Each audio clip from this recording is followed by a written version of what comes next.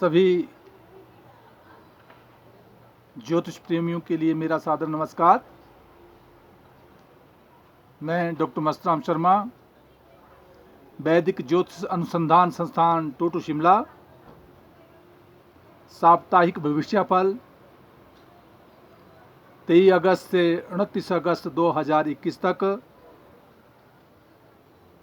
द्वादश भाव में गोचरीय ग्रहों की स्थिति, राशि पर पड़ने वाला प्रभाव ग्रहों का, मेष राशि पर कोई भी ग्रह नहीं है। वृष राशि में राहु यथावत विचरण कर रहे हैं और सिंह राशि में सूर्य, बुध और मंगल का योग बना है। शुक्र कन्या राशि में, केतु वृश्चिक राशि में, शनि मकर राशि में तथा चंद्रमा और बृहस्पति का योग कुंभ राशि में बना हुआ है। चंद्रमा उपरांत 24 तारीख को 1:38 पर मीन राशि में प्रवेश करेगा और 26 तारीख को यही चंद्रमा रात्रि के 10:28 को मेष राशि में प्रवेश कर जाएगा।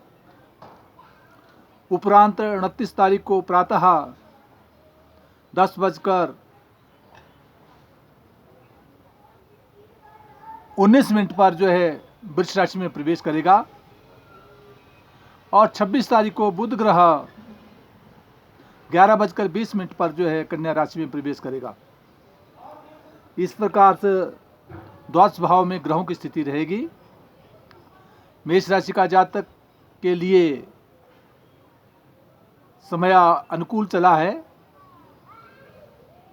राशि का स्वामी मंगल पंचम भाव में सूर्य के साथ योग बना रहा है। बौद्धिक विकास, शिक्षा में स्तरोन्नत एवं साक्षात्कार में सफलता के योग प्रदान कर रहा है। वहाँ दाम्पत्य जीवन का और व्यापार घर का स्वामी शुक्र जो है जहाँ षष्ठ भाव में है, वो दाम्पत्य जीवन में और व्यापारिक क्षेत्र में कुछ कमी लाता है। केतु अष्टम भाव में होने के कारण कदापि गुप्तांग में रोग की स्थिति को उत्पन्न करता है, विशेष ध्यान देना होगा। केतु के लिए केतु मंत्र का जाप करते रहे हितकर रहेगा और राजपक्ष से मान और समान प्रतिष्ठा बनी रहेगी। अर्थ की प्राप्ति होगी, धन लाभ मिलेगा और 24 तारीख को जब चंद्रमा अपने से द्वादश भाव में चला जाएगा तो व्यय की अधिकता और शारीरिक स्वास्थ्य का विशेष ध्यान देना होगा। वहाँ वृष राशि का जातक और उसका स्वामी ग्रह शुक्र ग्रह अपने से पंचम भाव में मित्र क्षेत्रीय है, बौद्धिक विकास करवा रहा है, मान सम्मान प्रतिष्ठा को दे रहा है, परंतु दाम्पत्य जीवन में कुछ उलझनों का सामना करना पड़ता है, विशेष ध्यान देना होगा। इसलिए व्यापार के क्षेत्र में लाभ की प्राप्ति और पारिवारिक जीवन में सुख प्राप्ति के लिए केतु मंत्र के शांति के लिए कुछ उपाय करते रहना चाहिए, हितकर रहेगा। जहाँ चंद्रमा दशम भाव में बृहस्पति के साथ है, इसलिए नौकरी के क्षेत्र में मान सम्मान प्रतिष्ठा बनी रहेगी, उपरांत लाभ के योग बनेंगे। और जब यही चंद्रमा 26 तारीख को मेष राशि में प्रवेश कर जाएगा, उसमें स्त्री पर कुछ व्यय होने की संभावना करता है, व्यय की अधिकता रहेगी और बाह्य स्थानों में कहीं यात्राओं में समस्याओं का सामना करना पड़ेगा। वहाँ वृष राशि का जातक जहाँ स्वयं राहु वहाँ विराजमान है, राहु मित्र क्षेत्रीय है, इसलिए शारीरिक स्वास्थ्य का लाभ मिलता रहेगा। मिथुन राशि का जातक और उसका स्वामी ग्रह बुध जो अपने से तीसरे स्थान पराक्रम भाव में है, पराक्रम में वृद्धि, मान सम्मान प्रतिष्ठा को प्रदान कर रहा है। भ्रातृ सहयोग मिलेगा। वहाँ दाम्पत्य जीवन का स्वामी बृहस्पति जो अपने से नवम भाव में चंद्रमा के साथ योग बना रहा है, दाम्पत्य जीवन में सुख की प्राप्ति और साथ धर्म और कर्म में विशेष प्रकार की रुचि रहेगी।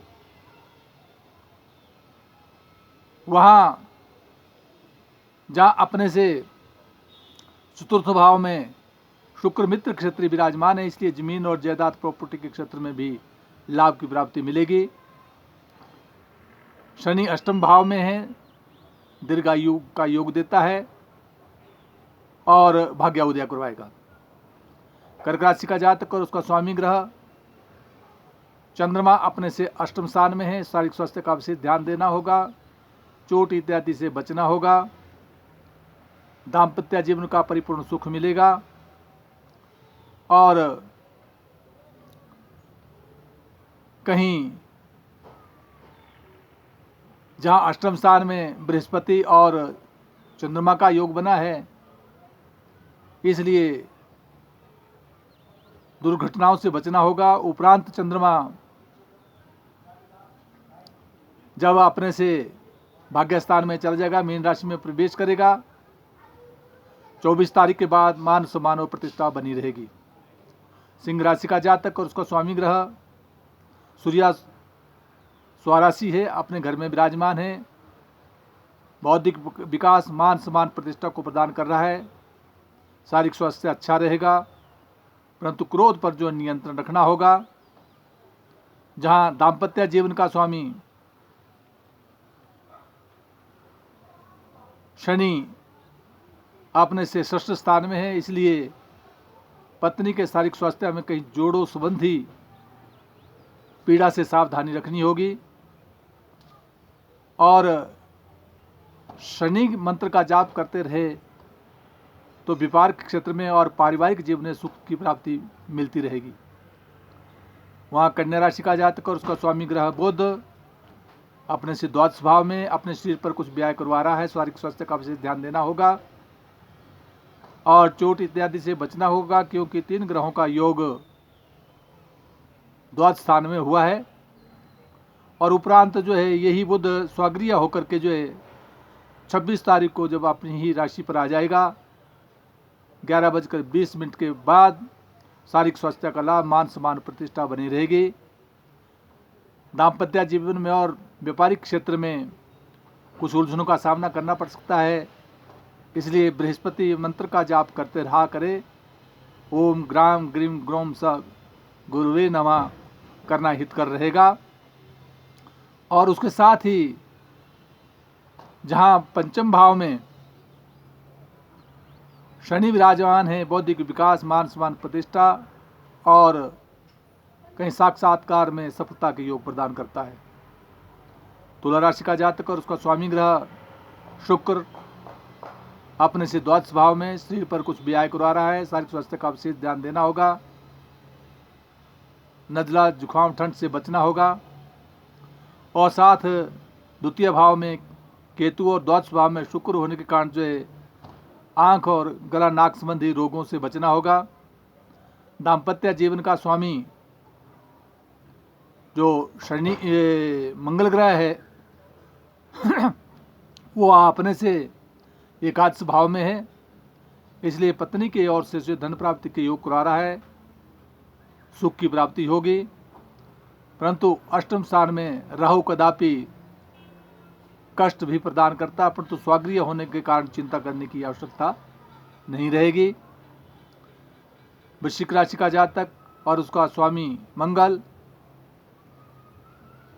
जो अपने से दसम भाव में है, दसम भाव राजपक्ष का है, मान सम्मान प्रतिष्ठा और नौकरी में विशेष सफलता के योग दे रहा है।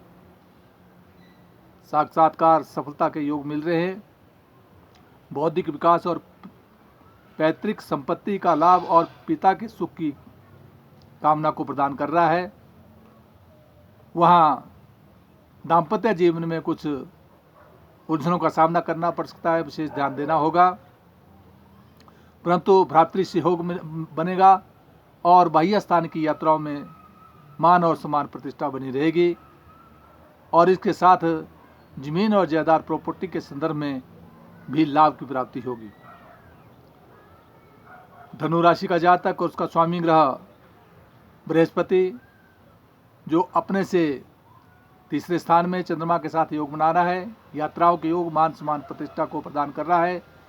दाम्पत्य जीवन का स्वामी बुध ग्रह जो अपने से नवम भाव में बैठा है, भाग्य उदय करवा रहा है, इसलिए व्यापारिक क्षेत्र में और पत्नी के द्वारा अर्थ की प्राप्ति और धर्म और कर्म की ओर जो है रुचि प्रदान करवा रहा है। मान सम्मान प्रतिष्ठा बनी रहेगी। वहाँ दशम भाव में शुक्र मित्र क्षेत्रीय होने के कारण जो है राजनीति के क्षेत्र में और नौकरी के क्षेत्र में विशेष सफलता के योग प्रदान कर रहा है। वहाँ मकर राशि का जातक और उसका स्वामी ग्रह शनि स्वगृह होकर विराजमान है। मान सम्मान प्रतिष्ठा बनी रहेगी। जहाँ चंद्रमा दाम्पत्य जीवन का स्वामी होता हुआ अपने से द्वितीय भाव में पत्नी की ओर से धन प्राप्ति के योग बना रहा है। बृहस्पति भी वहाँ, इसलिए धन प्राप्ति के योग बने रहेंगे। उपरांत 24 तारीख के बाद जब ये चंद्रमा तृतीय भाव में चला जाएगा, कहीं बाह्य स्थान की यात्रा हो सके, यात्रा में सफलता के योग दे रहा है। और 26 तारीख के उपरांत चंद्रमा जब मेष राशि में चतुर्थ स्थान में जाएगा तो वहाँ उस समय जो है कलह इत्यादि से बचना होगा। कहीं जमीन जायदाद प्रॉपर्टी के संदर्भ में वाद विवाद से भी सावधानी रखनी होगी। इसलिए मंगलवार के दिन लाल गाय को मीठी पेड़ देना हितकर रहेगा। मंगल मंत्र का जाप किया जाए तो भी हितकर रहेगा। वहाँ कुंभ राशि का जातक और उसका स्वामी ग्रह शनि अपने से द्वादश भाव में है, मित्र क्षेत्रीय है, इसलिए शारीरिक स्वास्थ्य का लाभ मिलेगा, परंतु फिर भी कुछ समस्याएं उत्पन्न हो सकती है। चंद्रमा मान और सम्मान प्रतिष्ठा को दे रहा है। उपरांत जब चंद्रमा मीन राशि में प्रवेश करेगा, धन प्राप्ति के योग बनेंगे और 26 तारीख के बाद कहीं यात्राओं के योग भी बन सकते हैं। वहाँ दाम्पत्य जीवन का परिपूर्ण सुख मिलेगा। मान और सम्मान प्रतिष्ठा बनी रहेगी। कदापि मंगल के कारण उलझनों का भी सामना करना पड़ सकता है, विशेष ध्यान देना होगा।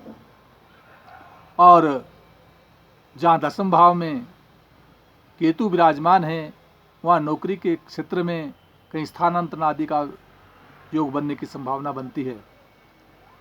वहाँ मीन राशि का जातक और उसका स्वामी ग्रह बृहस्पति अपने से द्वादश भाव में शरीर पर व्यय करवाने की संभावना बनती है, विशेष ध्यान देना होगा। गुरु मंत्र का जाप ओम ग्राम ग्रीम ग्रोम सह गुरुवे नमः, इसको करते रहे हितकर रहेगा।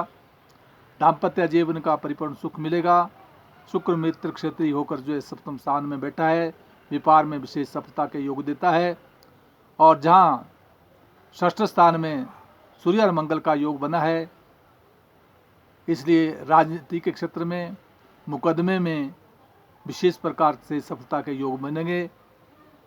मुकदमे में विजय मिलेगी, परंतु कदापि रोग इत्यादि से बचना होगा। इसलिए ताम्रपात्र द्वारा सूर्य के लिए जल और लाल गाय के लिए मीठे पेड़ देना मंगलवार के दिन हित होकर होगा। जय हिमाचल, जय भारत।